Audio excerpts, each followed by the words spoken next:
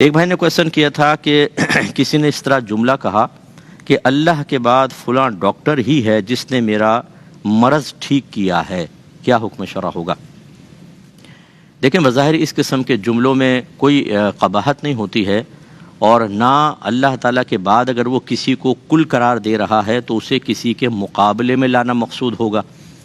یہ عموماً محاورتاً ہم کہتے ہیں، یعنی اگر اس نے کہا کہ بھی اللہ کے بعد تو اس ڈاکٹر نے مجھے سہارا دیا ہے، تو اس کا مطلب یہ نہیں ہے کہ ماں باپ کے سہاروں کا انکار کر رہا ہے، ٹیچرز کے یا جو اللہ کے نبیوں کی دعائیں ہیں یا کوئی شیخ ہیں جو ان کے لیے دعا کر رہے ہیں، علماء دعا کر رہے ہیں، ان سب کو حقیر سمجھ کے کہہ رہا ہے سب بیکار،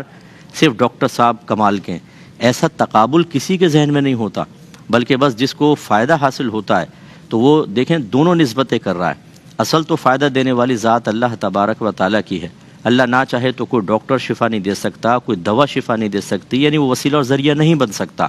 تو فاعل حقیقی تو اللہ تبارک و تعالیٰ کی ذات پاک ہوئی، لہٰذا اللہ کی طرف نسبت کرنا یہ نسبت حقیقیہ ہے۔ جو حقیقتاً فعل کرنے والا ہے اس کی طرف نسبت کریں گے تو نسبت حقیقیہ، اور جو وسیلہ بنتا ہے اگر اس کی طرف نسبت کر دیں کسی فعل کی تو نسبت مجازیہ ہے، اور اس شریعت میں دونوں جاری و ساری ہیں۔ حضرت عیسیٰ علیہ السلام نے اپنے بارے میں خود ان کا یعنی قول اللہ تبارک و تعالی نے نقل فرمایا ہے کہ میں مردوں کو زندہ کرتا ہوں، میں بیماروں کو شفا دیتا ہوں، اندھوں کو بینائی دیتا ہوں، اور میں ہاتھ پھیرتا ہوں تو برس کے مریض ٹھیک ہو جاتے ہیں، میں پرندوں کی مورت بناتا ہوں اور پھر وہ پھونک مارتا ہوں تو وہ پرندہ زندہ ہو جاتی ہے۔ یہ اپنی طرف واحد متکلم کے صیغے استعمال کیے، حالانکہ سب کرنے والا تو اللہ تعالیٰ ہے۔